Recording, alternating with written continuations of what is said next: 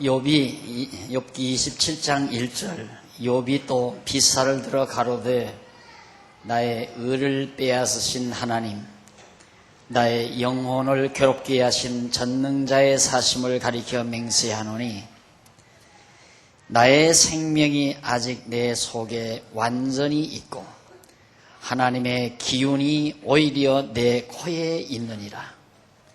결코 내 입술이 불의를 말하지 아니하며 내 혀가 괴유를 바라지 아니하리라.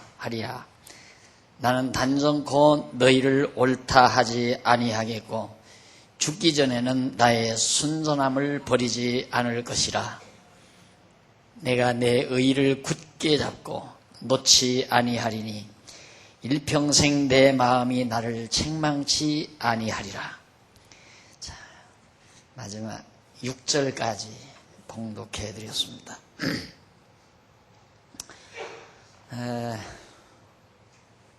앞에서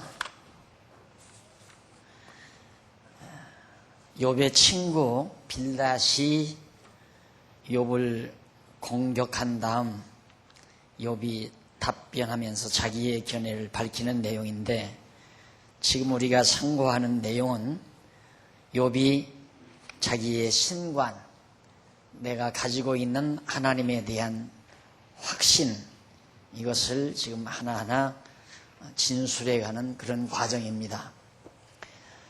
계속해서 친구들은 욥을 악하다고 하고 욥이 망한 것이 죄의 대가 때문이라고 그렇게 지적하는 일에 대해서 욥은 그것이 아니라고 주장을 계속해오는 겁니다.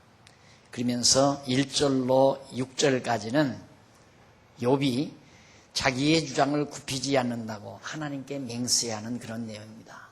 나는 절대 내가 가지고 있는 이 주장을 나는 굽히지 않겠다. 너희들이 지금 나를 향해서 공격하는 그것은 참으로 어리석은 말들이다. 이렇게 지금 자기의 주장을 견고하게 다시 펼쳐나가는 그런 내용이 1절로 6절에 나와 있습니다. 그런데 거기 2절에 보면, 1절에 비사라는 말이 나오죠. 비사라는 말은 히브리어로 마샬이라는 말인데, 이는 격언 또는 시 또는 비유라는 그런 말입니다. 지금 욥이 한 비유를 들어서 지금 말을 하면서 나의 의를 빼앗으신 하나님, 나의 영혼을 괴롭게 하신 전능자의 사심을 가리켜 맹세한다. 자기의 의를 빼앗았다. 욥의 의를. 여기서 욥의 의를 빼앗았다는 말은 의로운 자기 자신에게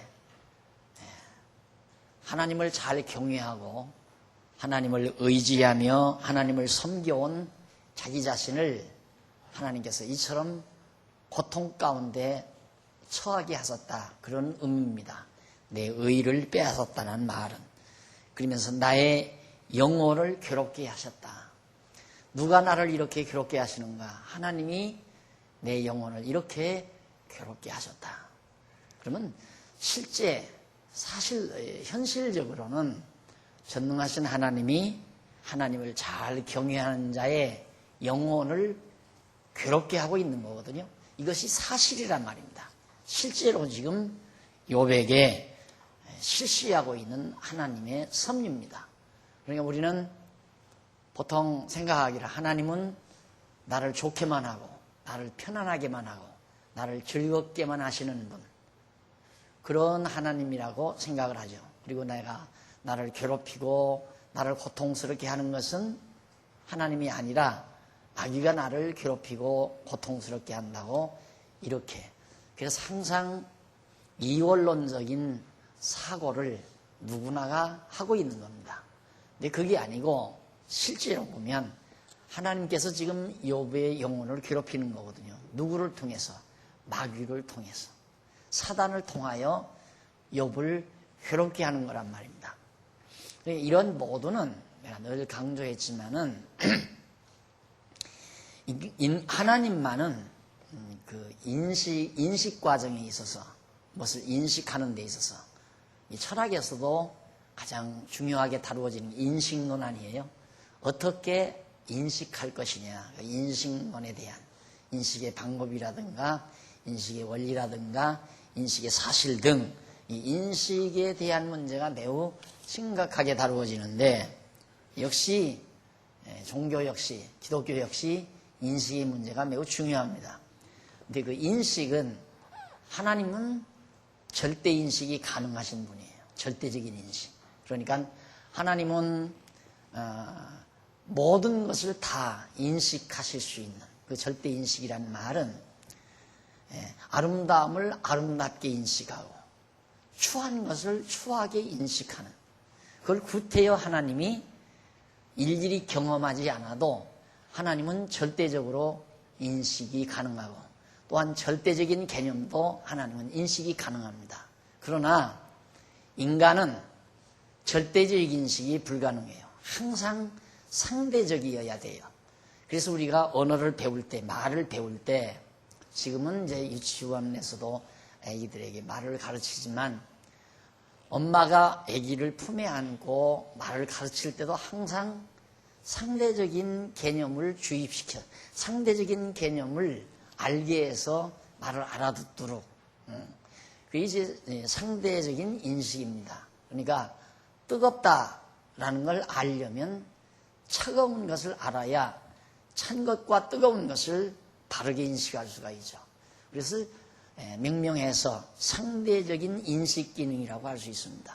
하나님은 절대적인 인식이 가능하신 분이 절대자이신 하나님이에요. 그러나 인간은 항상 상대적인 인식밖에는 할 수가 없는, 배고픔을 알아야 배부름을 알고 불행을 알아야 행복이라는 것도 아는 겁니다. 불행을 모르는데 행복이라는 걸 알 수 있느냐? 모른다 이 말이에요. 어저께 제가 이쪽에 와서는 제가 점심에 또 자꾸만 가루것을 절대로 먹지 말래요. 그런데 제가 가루것을 좋아하거든요. 좋아하는데 먹지 말라고 그래서 될 수는 안 먹어가지고 짜장면 먹어본 지가 참 오래됐어요. 근데 어제 마침 일하시는 집사님들이 새끼리로 짜장면을 시킨다고 목사님 잡수겠느냐요. 짜장면 말만 들어도 침이 꼴깍 넘어가더라고요. 그래서 먹겠다고 그랬더니 사왔어요. 와, 그렇게 맛있는 짜장면 처음 먹어봤어요. 저렇게. 저녁 대신해서 제가 먹었는데, 제가 왜 그 짜장면 먹을 때마다 생각나는 게 있어요. 그래서 짜장면 맛이 좋은 거예요. 그 왜 짜장면 맛이 좋으냐면, 제가 처음 장안동서 교회 개척할 때 2년째인가 됐을 때 어느 나이 드신 집사님 모시고 신방을 다녔어요. 근데 그 집사님이 역시 가난하고 어려워서요. 이제 이렇게 신방을 다니는데 점심때가 됐는데 누가 밥 주는 사람이 있어요? 교인도 별로 없고. 근데 마침 전농동 로타리를 이렇게 걸어서 이제 지나가는데 어디에서 짜장면 냄새가 확 풍겨오는 거예요. 시장에 했던가 봐요.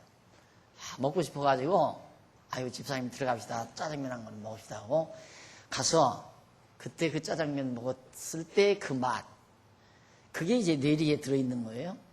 그러니까 그 배고팠다가 먹었을 때 그 배고픔과 더불어 맛을 알게 된 거, 그게 이제 바로 내가 알고 있는 짜장면 맛이에요. 그러니까 언제나 상대적인 그게 없이는, 그래서 보통 그러죠. 젊은 날에 고생을 많이 할수록 나이 들면서 행복감을 더 느끼게 된다. 그래서 젊은 날의 고생은 돈을 주고라도 사야 된다. 근데 우리는 보통 아이들을 기를 때 그냥 고생시키지 않고 그냥 계속 기르면 아기가 행복할 줄 안다 이 말. 그거 아니에요. 행복이 뭔지를 몰라요. 배고파 봐야 밥을 먹는 기쁨을 알게 되거든요.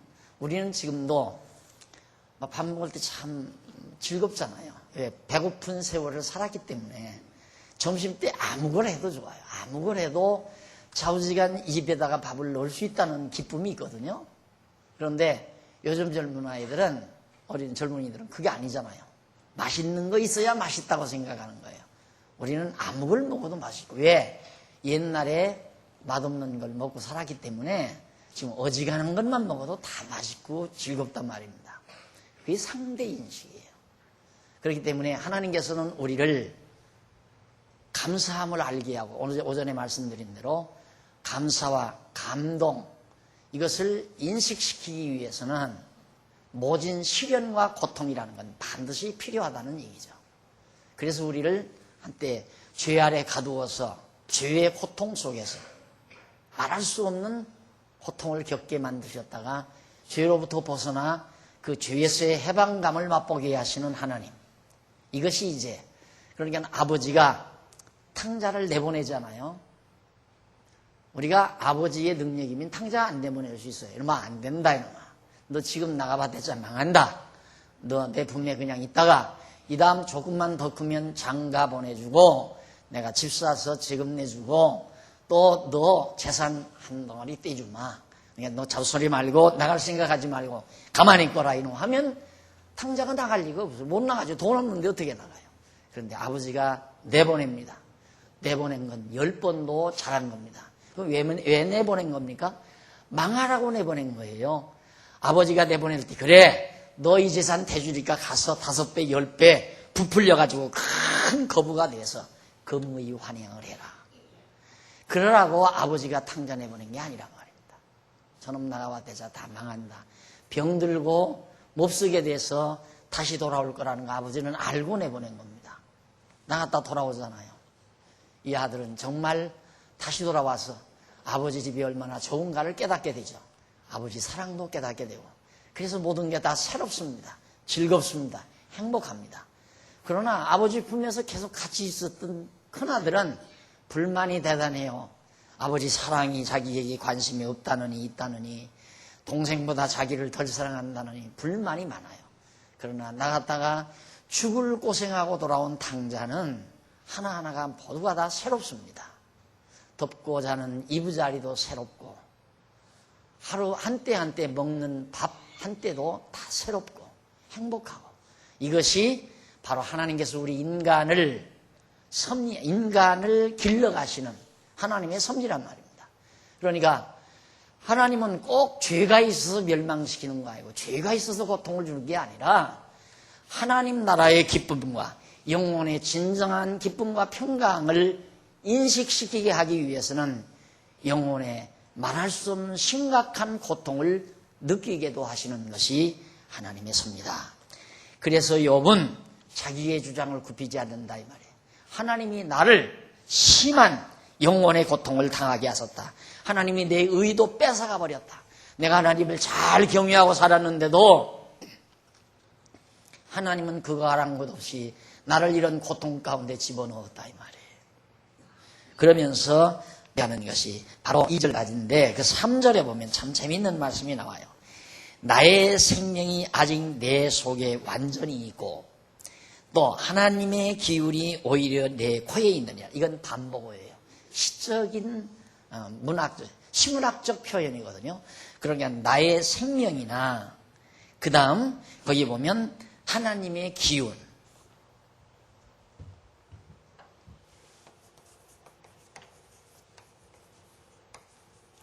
욥의 생명은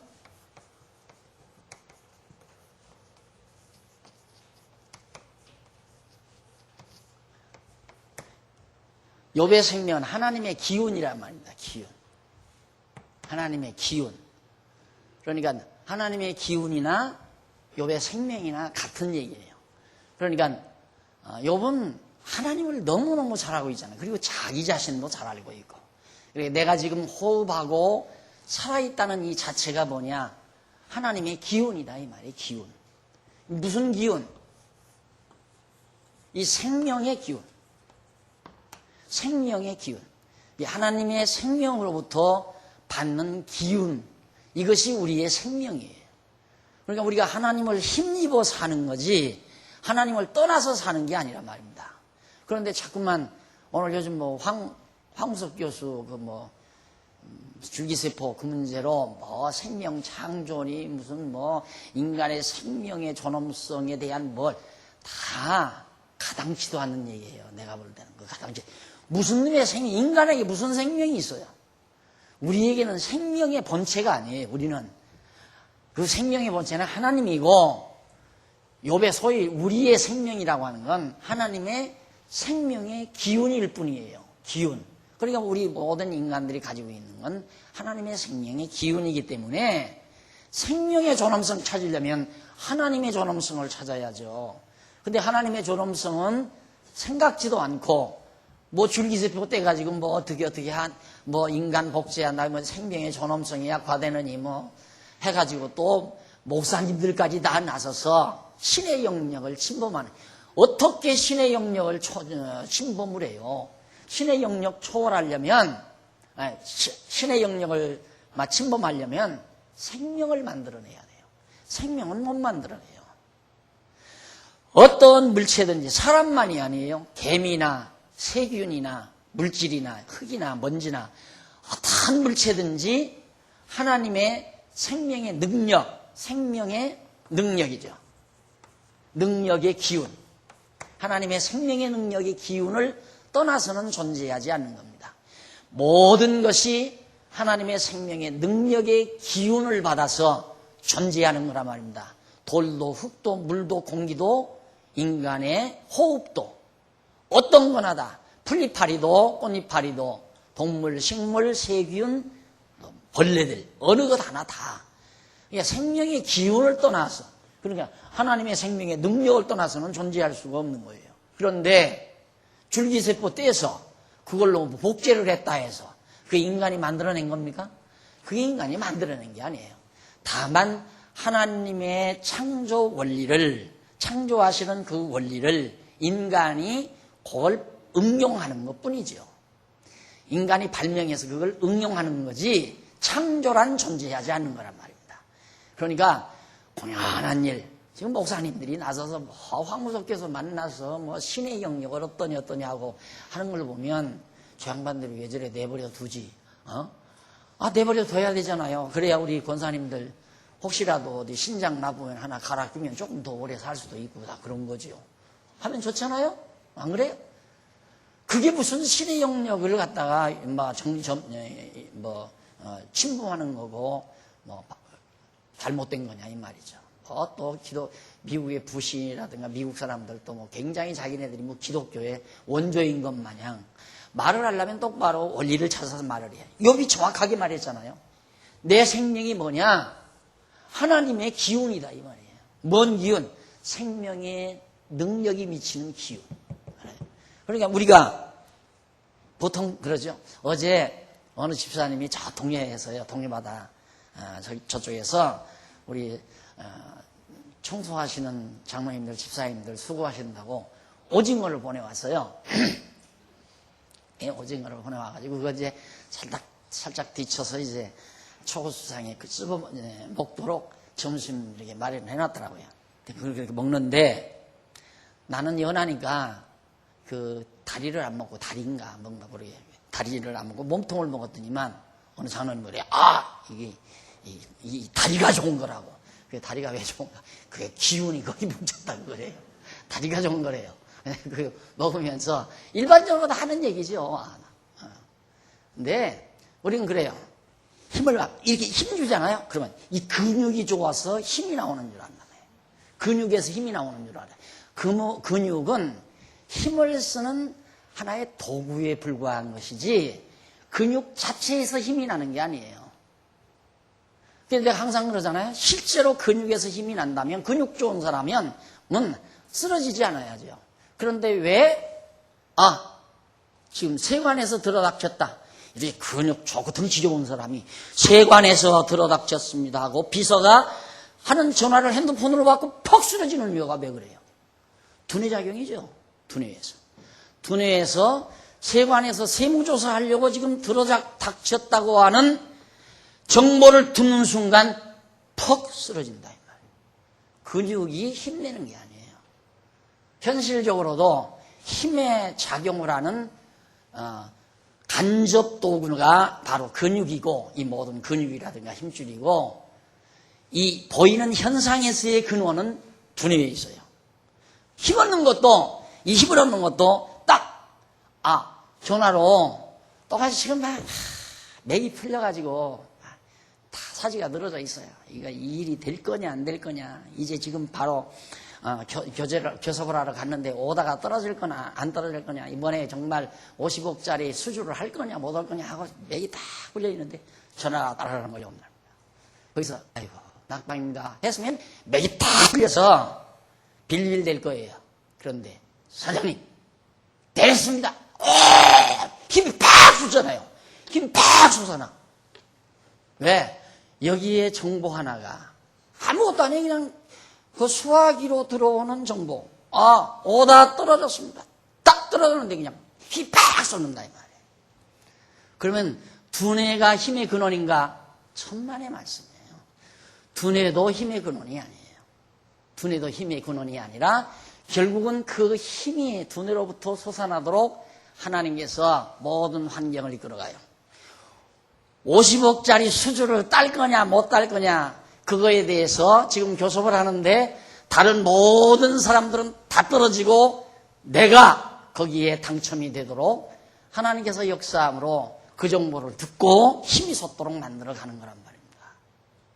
그 정도 없으면 힘이 안 솟아요. 두뇌에서 일어날 거거든. 내가 늘 힘내고 살지. 내가 늘 힘 펄펄하고 살 거 아니야. 내가 내 속에서 내가 힘 만들어내니까. 근데 내가 만들어낼 수가 없잖아요. 근데 50억짜리 수주를 받고 힘을 내는데 항차 이 모든 걸 주관하시고 장악하시고 섭리하시는 하나님이 나를 붙들고 있다는 이 확실한 정보, 이거 힘날만 하잖아요. 이게 맥 풀릴 이유가 없다 이 말이에요. 이게 오늘도 오늘 성도님 한 분이 난 이쪽에서 이제 내려갈 때 항상 이쪽에서 인사를 하잖아요. 왜냐하면 이쪽으로 내려가시는 분은 가는 분들이 대부분 있단 말입니다. 그냥 그러니까 못 만나잖아요. 근데 이쪽으로 가는 분은 식사하러 가는 분이니까 어쨌든 내가 좀 돌아다니다 보면 얼굴에다 볼 수 있고 그러니까 오후에 또 만날 수 있고.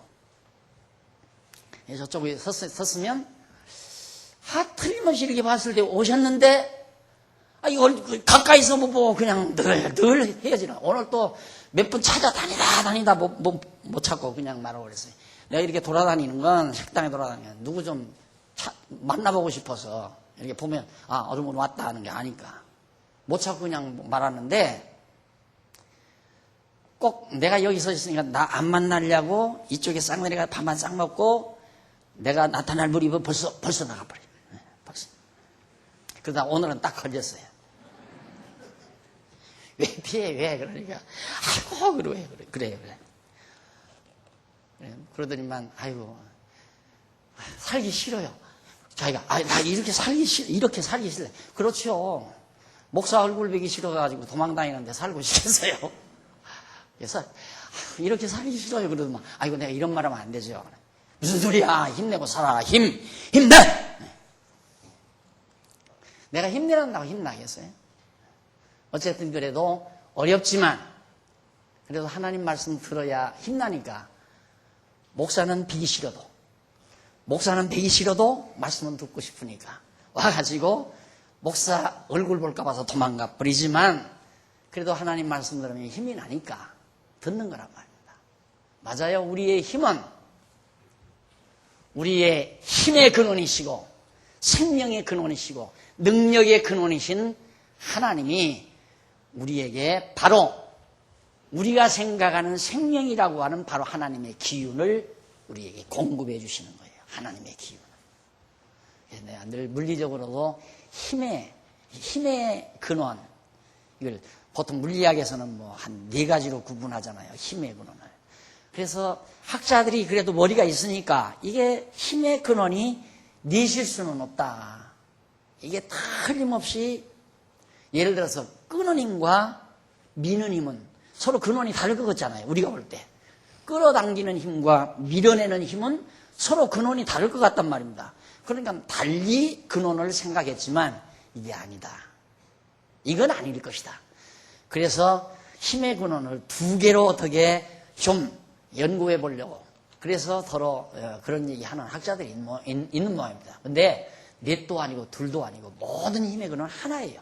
오직 유일하신 하나님으로부터 모든 생명의 능력의 기운이 우리 인간에게 공급되는 거란 말입니다. 그럼 우리가 하나님을 떠나서 살 수 있어요?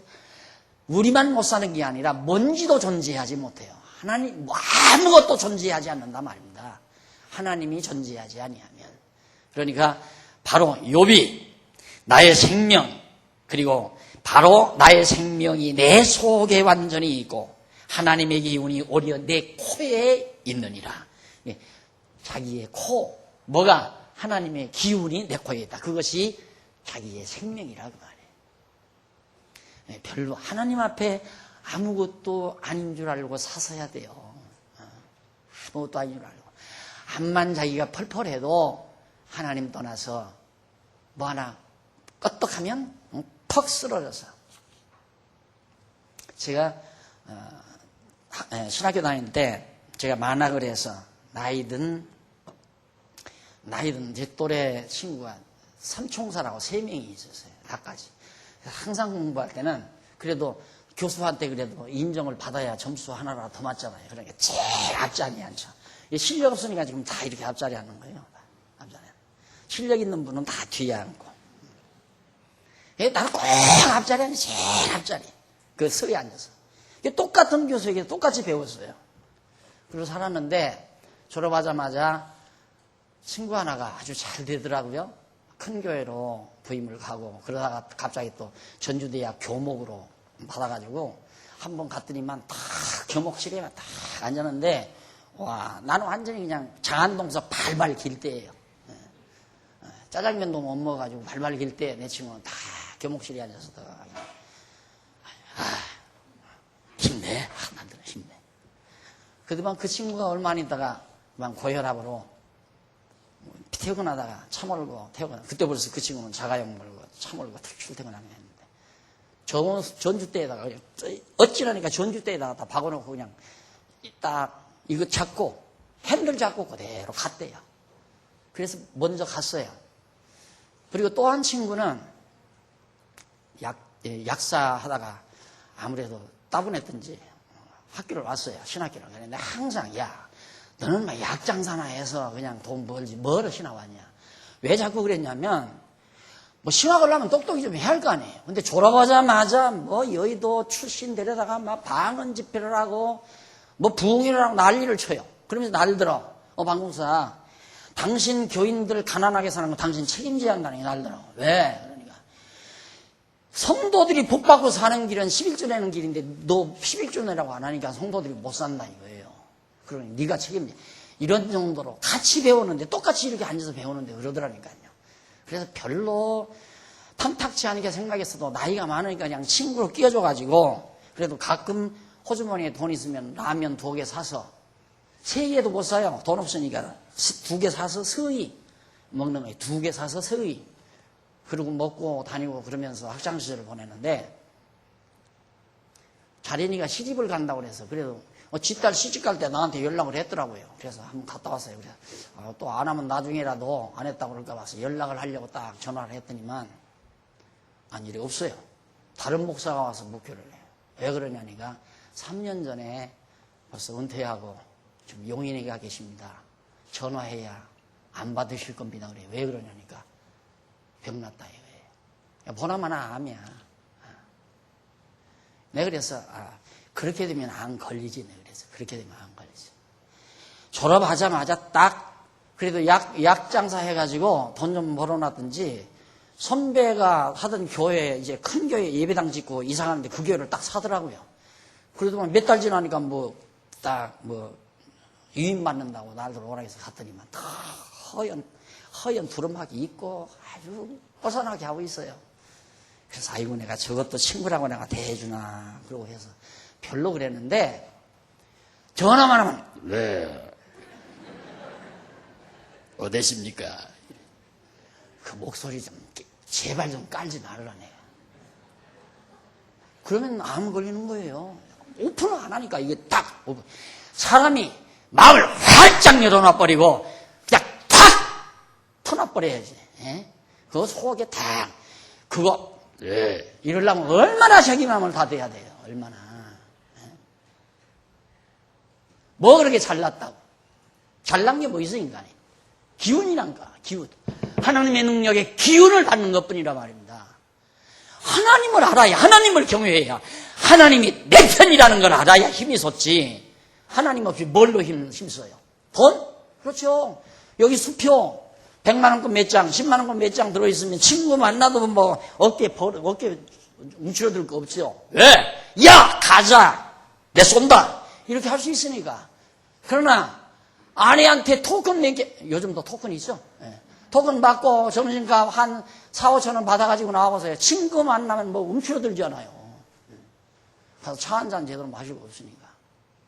네, 그런 사람은 부도나 보세요. 그냥 쓰러져 버려요. 그냥 부도나 버리면 그냥 쓰러져서 발발발발 떨다가 이렇게 된다는 거죠. 인간 별거 아닌 거예요. 잘난 척하고 살면 안 돼요. 아무것도 아니에요. 인간 하나님의 기운이라니까. 하나님의 생명의 능력의 기운으로 사는 거예요. 우리가. 하나님이 웃게 하면 울고, 웃게 하면 웃고, 울게 하면 울고, 하나님이 힘있게 하면 힘있고, 하나님이 힘 빼면 힘 빠지고. 욥이 바로 그걸 믿는 거예요. 그러면서 결코 내 입술이 불의를 말하지 아니하며 내 혀가 괴유를 말하지 아니하리라. 불의를 말하고 괴유를 말하는 건 친구들이 하는 말 다 불이고 괴유이에요. 웃기는 소리란 말이야 다. 뭐 너 죄 지면 하나님이 벌 준다. 너 착하게 의롭게 살면 하나님이 복 주고 잘 산다. 이거 다 괴율, 불의한 말 이런 것들이에요. 나는 단정코 너희를 옳다 하지 아니하겠고. 야, 너희 빌닷과 뭐 친구들 뭐 누구누구 선언 있죠? 너희들 말 다 나는 인정 못한다 이 말이에요. 너희들 단정코 너희를 옳다 하지 아니하겠고 죽기 전에는 나의 순전함을 버리지 않을 것이다. 내 순전함이란 욥이 자기의 순전함이란 자기가 지금 주장하는 이 주장이 얼마나 확실하고 분명한가 그걸 말하는 거예요. 내가 왜 이걸 굽히느냐? 나 안 굽힌다. 정확하고 분명한데 너무 정확하고 분명한데 내가 너희들이 아무리 떼죽이로 몰아와서 나를 공격해도 나는 굽히지 않는다. 이게 힘 아니에요? 이게 힘이란 말입니다. 거짓은 힘을 쓸 수가 없어요. 거짓은. 근데 너무 확실하니까. 신앙이라는 게 얼마나 참 이 확신,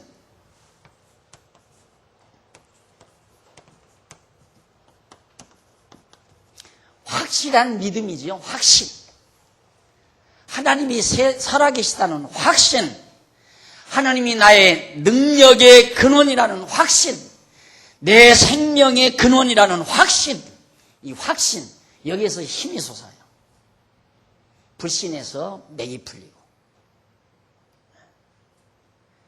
그래서 욥은 너무도 확실한 신앙을 지니고 있습니다. 죽기 전에는 절대 내가 내 순전함을 버리지 않겠다. 그리고 내가 내 의의를 굳게 잡고 놓지 아니해. 내가 너희들에게 주장하는 이 말, 난 절대로 안 돈다. 흔들림이 없다. 내 마음이 나를 책망하지 아니하리라. 내 마음이 나를 책망하지 않겠다. 그만큼 확고부동한 확신이 있었습니다. 사람에게는 이게 꼭 필요합니다. 차없이 누가 무슨 말을 해도 요동하지 아니하는 중심, 확신 이거죠. 이게 바로 나를 나되게 만드는 중요한 힘의 원천이에요. 하나님께서 나에게 정말 이 확신을 가질 수 있도록 하나님은 오늘날에 여러분 공부하신 대로 다 확실하게 다 드러내 주잖아요. 우리가 그걸 모르니까 확신이 안 오는 거고 확신이 안 오니까 맥이 풀리는 거고 그래서 조금만 어림이 와도 그냥 쓰러져 버리는 거고 욥은 부도나는 정도가 아니에요. 욥은 부도나는 정도가 아니라 왕창 다 망했다니까. 왕창. 자기 몸까지 병들어 이제 이 코끝에서 겨우 숨소리만 싹 나오는 정도라 이 말이에요. 재산 다 자식 다 죽고 아내 다 버리고 도망가 버리고 자기 몸 병들어서 콧구멍에서 숨소리만 생명의 기운만 여기에 지금 들어갔다 나왔다 들어갔다 나왔다.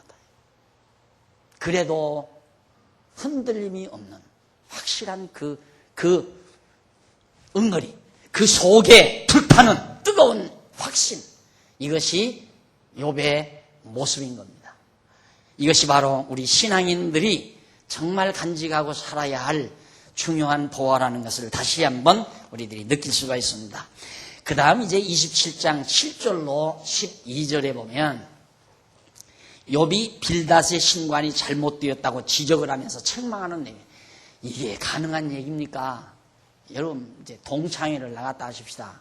나가는데 어떻게 자꾸 전화로 사정하고 그래서 혹시나 하고 그냥 갔어요. 그냥 타던 허름한 프라이드 하나 타고 털털털털 그러고 갔어요. 그런데 와 이건 막 동창들 들어오는데 막 미끈미끈 해가지고 막 세단들만 끌고 들어오는데 그 다음부터 이제 기 죽는 거죠. 그렇죠? 기가 팍팍 꺾이는 거야. 팍팍. 욥은 그 정도 아니잖아요. 지금 친구 세 사람은 대단한 사람들이에요. 자기들 잘났다고 지금 딱 몰려와서 엄마 너 죄져서 그렇게 망한 거야. 이제라도 회개해 마 하고 지금 책망하러 온 거라. 그런데 욥이 나서서 도리어 그 사람들을 향해서 책망할 수 있는 이 당당함. 이게 어디서 나오겠어요? 확신에서 나와요. 확신에서. 하나님과의 자기와의 관계에 확신에서부터. 하나님은 나를 죄졌기 때문에 망하게 한 게 아니다. 하나님이 나의 일생을 다 정해놓으시고, 그거 이제 또 자세하게 나오죠. 일생 다 정해놓으시고, 하나님의 정하신 뜻 따라 나를 이렇게 권고하게도 만드시고, 형통하게도 해가신다. 이거 알기 때문에, 그 분명한 확신 때문에 아주 잘난 척하고 대단한 척하는 그 친구들을 향해서 사정없이 그들의 잘못됨을 지적하고 책망하는 이런 당돌함이 욥에게서 보여집니다. 나의 대적은 악인같이 되고 일어나 나를 치는 자는 불안한 자같이 되기를 원하노라. 막 저주하다시피 그러잖아요. 나의 대적, 누구의 친구들이죠? 악인같이 되고 나의 대적은 악인같이 되고 일어나 나를 치는 자, 친구들이죠? 치는 자는 불의한 자같이 되기를 원하노라. 사고간 자가 이익을 얻었으나 하나님이 그 영혼을 취하실 때에는 무슨 소망이 있으랴. 사고간 자 친구들이죠? 너희들 사고간 겁니다. 그러니까 뭔가 옳은 진리도 알지도 못하고 하나님도 바르게 모르는 이 어리석은 인간 너희들 이익을 얻었다. 너희들이 지금 상당히 이익을 얻어서 꽤 잘난 척하고 그러는데 하나님이 그 영혼을 취하실 때에는 무슨 소망이 있으랴. 하나님께서 내 영혼 걷어가면 아무 소망이 없는 거 아니냐. 그러니까 욥은 바로 그 보화가 어디에 있느냐면 바로 이 하나님의 생명의 기운, 하나님 여호와 여기에 자기의 보화임을 확실하게 알고 있었어요. 그러나 친구들은 지금 좀 가졌다고, 지금 건강하다고, 꽤 잘난 척하고 욥으로 와서 비난하고, 너 잘난 척하더니만 꼴 좋다. 여러분 정말 사랑하는 자라면 그 친구들이 진짜 욥의 진짜 친구라면 와서 그렇게 얘기 안 하죠. 야, 마, 너 죄져서 그렇게 망했어. 이런 말 못 하죠. 야, 어쩌다가 너 그랬니? 야, 하나님께서 아마 무슨 섭리가 있겠지. 하나님이 무슨 뜻이 있을 거야. 낙심하지 마, 절망하지 마, 주저앉지만 말아라, 쓰러지지만 말아라. 하나님 살아계시다. 이렇게 해야 제대로 된 친구 아니에요? 그런데 그 전부터 아마 시기 질투가 있었던가 봐요. 저들보다 잘 살았으니까 욥이. 그러잖아요. 욥이 새 친구 저들보다 왜 동양에서 최고로 큰 자였으니까 큰 거부였단 말입니다. 그러니까 은근히 속으로 시샘하다가 망하고 나니까 그러면 그렇지. 그 새끼 잘 망해서. 그리고 와가지고는 막 너 죄져서 망해서 막 회개해. 왜 그렇게 잘난 척해? 이러면서 지금 해대는 거 아니겠어요? 이거 나란들 너희들한테 죽을 소리야. 내가 알고 있는 하나님이 정확한 하나님이다 이거예요. 그러면서 그들을 도리어 향해서 야 너희들 좀 아직도 있다고 해서 거들먹대는데 하나님이 너희 영혼 거둬버리면 아무것도 아니다. 너희 소망이 어디 있겠느냐? 나는 재물에 소망 안 둔다. 하나님께 소망을 뒀지 그만이에요. 쉽게 말하면 내 소망은 하나님에게 있다. 너희는 지금 얻은 그 이 재물에 소망을 두고 있지만 9절 환난이 그에게 임할 때 하나님이 어찌 그 부르짖음을 들으시랴. 너희 같은 사곡한 인간들에게 하나님이 환난을 내리시면 너희들이 암만 부르짖어도 듣지 않는다. 그가 어찌 전능자를 기뻐하겠느냐. 항상 하나님께 불러 아뢰겠느냐. 하나님이 하시는 일을 내가 너희에게 가르칠 것이요 전능자의 뜻을 내가 숨기지 아니하리. 내가 너희들을 가르쳐주마. 너희들 같으면, 너희들이 생각하는 그런 정도라면 하나님께서 환난을 주고 너희들을 고난 가운데 빠뜨려 놓으면 너희들은 어찌 전능자를 기뻐하겠냐. 하나님을 기뻐하지도 않고 항상 하나님께 불러 아뢰지도 않아. 하나님 찾지도 않을 거다 너희들은. 그러나 욥은 지금 그렇게 망했는데도 계속 하나님을 의지하고 하나님을 내세우고 있잖아요, 욥은. 근데 너희들은 안 그럴 거다, 이게. 너희들 하나님께서 환난을 주고 어려움을 주면 하나님 저주하고 하나님 찾지도 않을 것이다. 실제로 있었던 일 아닙니까?